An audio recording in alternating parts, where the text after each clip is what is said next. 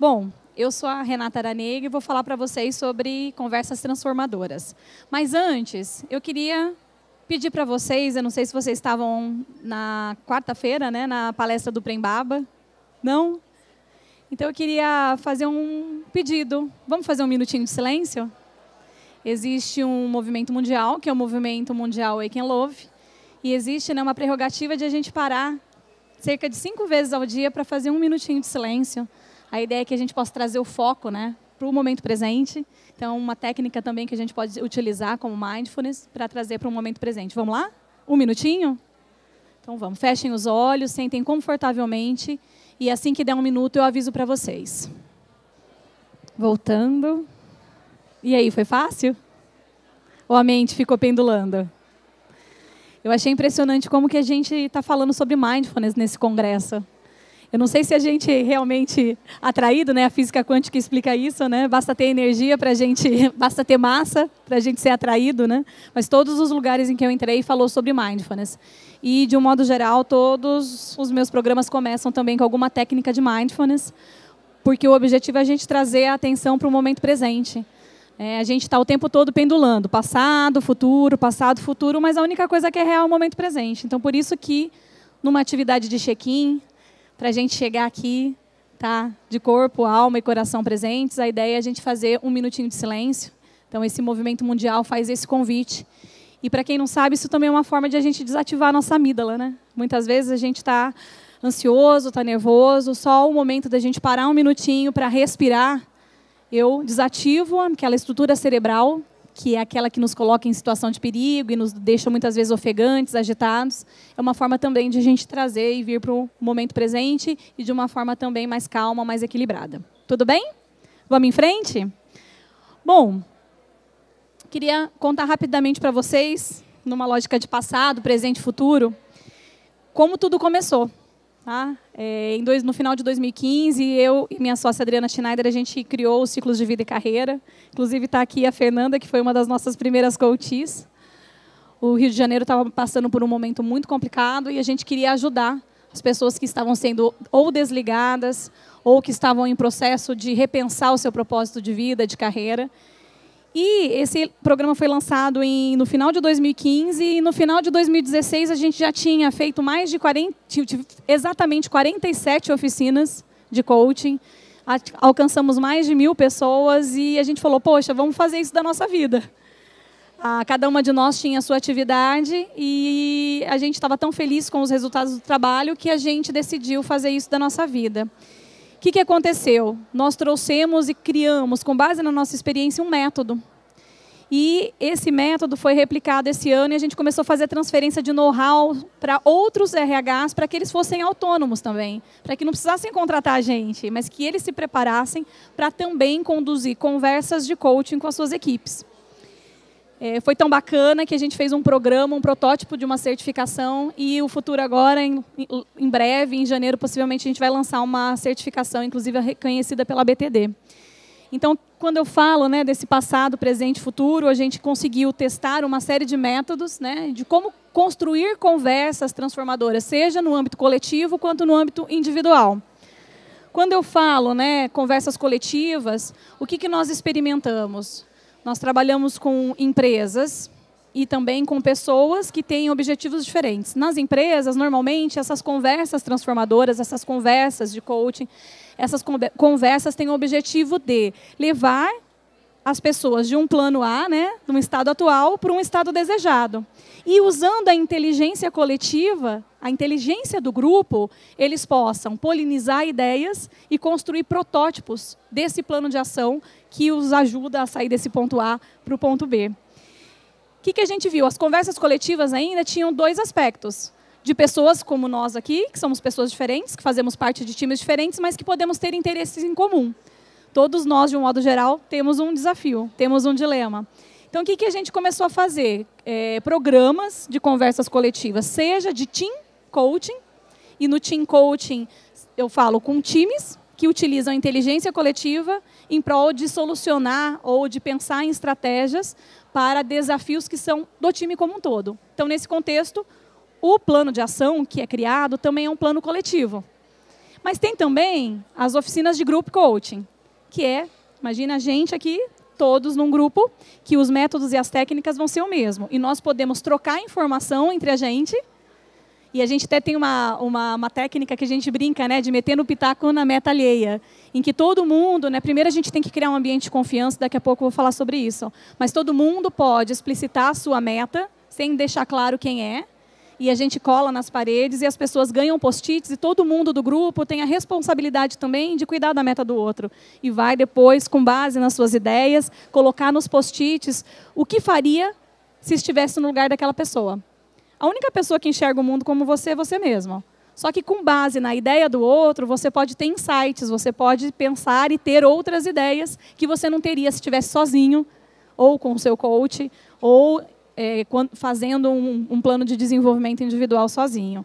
É muito legal porque as pessoas realmente se envolvem e nós, seres humanos, naturalmente, nós temos uma natureza compassiva. E quando você vê e olha para a meta do outro, você fala, poxa, eu quero ajudar.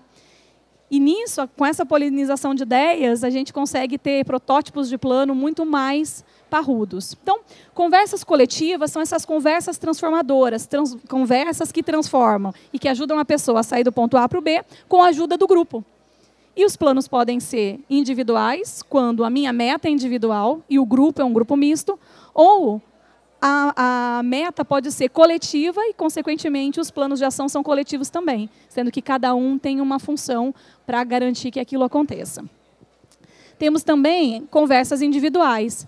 Então, essas conversas transformadoras, e a gente também mistura uma série de métodos e técnicas, e eu vou falar daqui a pouco para vocês, para ajudar em conversas de coaching, em conversas de transformação, a ajudar as pessoas também a desenhar e prototipar planos de ação para alcançar o futuro desejado. Então, achei legal equalizar só o que a gente chama de conversas coletivas, que são essas conversas, seja de team coaching, ou de group coaching, que são coisas diferentes, ou conversas individuais, que são conversas que a gente mescla uma série de técnicas, e não necessariamente eu posso chamar só conversas de coaching, porque muitas vezes a gente mistura o mentor coaching.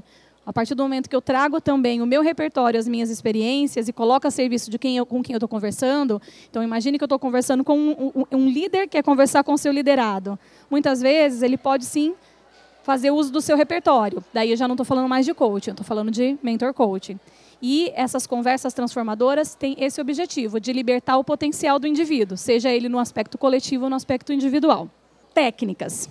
De acordo com essa experiência que a gente teve com as 47 oficinas, que agora nesse ano de 2017 já viraram quase 100, a gente foi criando e documentando os nossos métodos. E como que a gente fez? Para a gente conduzir essas conversas coletivas e individuais, a gente mescla uma série de técnicas. Seja de Brain-Based Coaching Skills, que é o coaching baseado na neurociência. Eu sou especialista nessa área, acho que talvez até pela minha formação base, sou farmacêutica bioquímica e acabei entrando no mercado, nesse mundo de RH. Então, para mim, o Brain-Based Coaching Skills sempre fez muito sentido. Uma outra técnica que a gente usa nas nossas conversas é a gestão por valores, porque a verdade é que os nossos talentos nos diferenciam, mas os valores unem. E quando a gente entra num grupo, principalmente em grupos de coaching, seja team coaching ou group coaching, a gente percebe que existe mais coisa que une as pessoas do que diferencia. E muitas vezes a gente fica focando naquilo, na divergência, no conflito, sendo que, na verdade, tem muito mais coisa que nos une. Então, a gente cria condições para aquele grupo se unir, ainda que ele não seja um time, e seja um grupo que vai estar junto por 4 ou 6 sessões. A gente cria essa condição dele estar junto, conectado, né? E como que a gente faz isso? Por meio dos valores, da identificação do valor daquele grupo. Técnicas também de psicologia positiva, para a gente focar nos pontos fortes e não nos gaps de desenvolvimento. De programação neurolinguística também. De design thinking, acabei de sair da palestra do Eduardo Carmelo, estava falando até com a Renata Portugal, sobre o quanto para a gente isso faz sentido e o que a gente já trabalha, seja nos programas com os líderes, seja nos programas com os grupos, a gente fomentar esse olhar de design thinker de cada um. Não vou focar eu vou focar efetivamente na polinização de ideias, na divergência de opiniões, no conflito sim, porque o conflito pode ser muito positivo, porque ele me ajuda a enxergar uma determinada situação de diferentes aspectos, por diferentes ângulos. Então, efetivamente, a gente mescla também técnicas de design thinking, A própria metendo pitaco na meta alheia que eu falei para vocês é uma das técnicas que a gente usa para fazer essa polinização cruzada de ideias e fazer protótipos de plano, ainda que seja de planos individuais, mas com a ajuda de grupos. Métodos e técnicas de comunicação não violenta também, do Marshall Rosenberg. Então, a gente ajuda, né, a trazer também esse olhar de como que a gente pode entender que por trás de toda e qualquer pessoa existe uma necessidade. E se essas necessidades não são atendidas, existem conflitos. Então, a gente também traz esses métodos para ajudar as pessoas que estão também com uma meta relacionada a conflitos. E, além disso, nesse programa, a gente também traz métodos e técnicas clássicas de coaching, seja para, numa primeira sessão, eu identificar os valores e entender e projetar o futuro que eu quero para a minha vida ou a meta que eu tenho pela frente, seja para eu também me reconectar com o propósito, seja para eu desenhar e detalhar a meta que eu tenho, fazer uma SWOT ou uma matriz SOAR, né, de potencialidades, para que ele possa identificar como que ele pode prototipar esses planos. Então, a gente mescla esses diferentes tipos de técnicas, que inclusive a gente reuniu nesse programa que vai ser feito a partir de 2018 com a BTD. E aqui alguns ingredientes fundamentais para essas conversas transformadoras. Tá? E se não ficou claro ainda, as conversas transformadoras a gente chamou justamente porque a gente entende que o potencial de solucionar os seus desafios está com você mesmo. Só que, por meio da interface com outras pessoas e da diversidade de talentos, eu consigo enxergar formas diferentes de encontrar esse futuro que eu quero. E as formas, os como chegar até lá. Então, essas conversas que transformam só são possíveis porque eu também tenho o outro. Eu tenho uma outra figura aí no meio, outras pessoas, e por meio das outras pessoas eu consigo potencializar meus próprios insights, as minhas próprias ideias.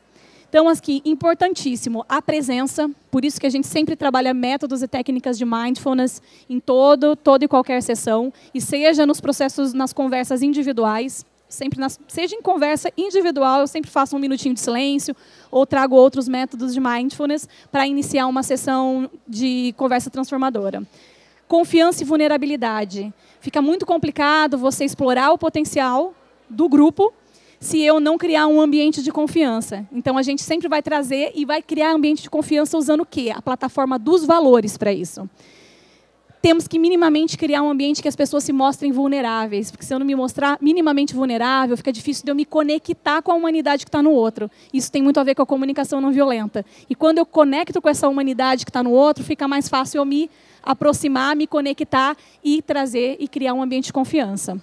Outra coisa, a gente sempre mistura métodos e técnicas que trabalham o lado direito do cérebro para trazer essa coisa do visionário, do intuitivo, da subjetividade, com métodos e técnicas também que privilegiam o lado esquerdo, que é da objetividade, do racional, né, do lógico. Então, a gente precisa explorar os dois lados do cérebro e, para isso, a gente usa métodos e técnicas, seja em conversas individuais ou em coletivas para isso. E, por fim, o adulto tem necessidade de escolha. Então, nos nossos programas, a gente traz diferentes métodos e técnicas. Eu queria ter feito isso aqui com vocês, mas o tempo era muito curto. Mas eu chamo que são as abordagens Netflix. Eu trago para o grupo quais são os diferentes métodos e técnicas para ajudá-lo a sair do ponto A e para o B. E o grupo decide o que faz mais sentido para ele. E, ao longo das sessões, eles vão escolhendo. Então, isso fica muito mais fácil, porque ele entende que ele tem escolha. E ele pode escolher aquilo que, para ele, para aquele grupo, faz mais sentido. Toda conversa transformadora precisa ter um plano de ação. E entre uma conversa e outra, a gente usa um método também do Brain-Based Coaching Skills, que é o feeling, que é para processar o plano de ação, em que eu trago os fatos, né, as emoções, as lições aprendidas. Uso esse momento também para encorajar a pessoa que está ali nesse processo, nessa conversa transformadora, e traço com ela novas formas de ser e fazer. Consequentemente, ao final de toda e qualquer sessão, seja ela coletiva ou individual, eu tenho um novo plano de ação. O meu tempo já tinha acabado, já tinha estourado. Bom, gente, eu agradeço muito. O tempo era muito curtinho. Eu só queria falar para vocês que o que vocês têm na mão é o que eu chamo de delivery cósmico. Esses valores são os valores do movimento mundial Wake and Love, que a gente fez uma releitura para o mundo corporativo. São os mesmos valores da pesquisa que os congressistas receberam, tá? E será que eu tenho 2 minutos só para explicar o que são cada valor ou não? Posso? Ah, é? Posso? Então tá bom, gente. Olha, aqui, quem quiser, eu vou explicar o que significa cada um desses valores, que é a releitura dos valores que o Siri Prembaba trouxe, né, no primeiro dia, mas que a gente fez uma releitura e validou com ele, inclusive, para o mundo corporativo. Daqui a pouco eu explico para vocês, tá bom? Obrigada, gente.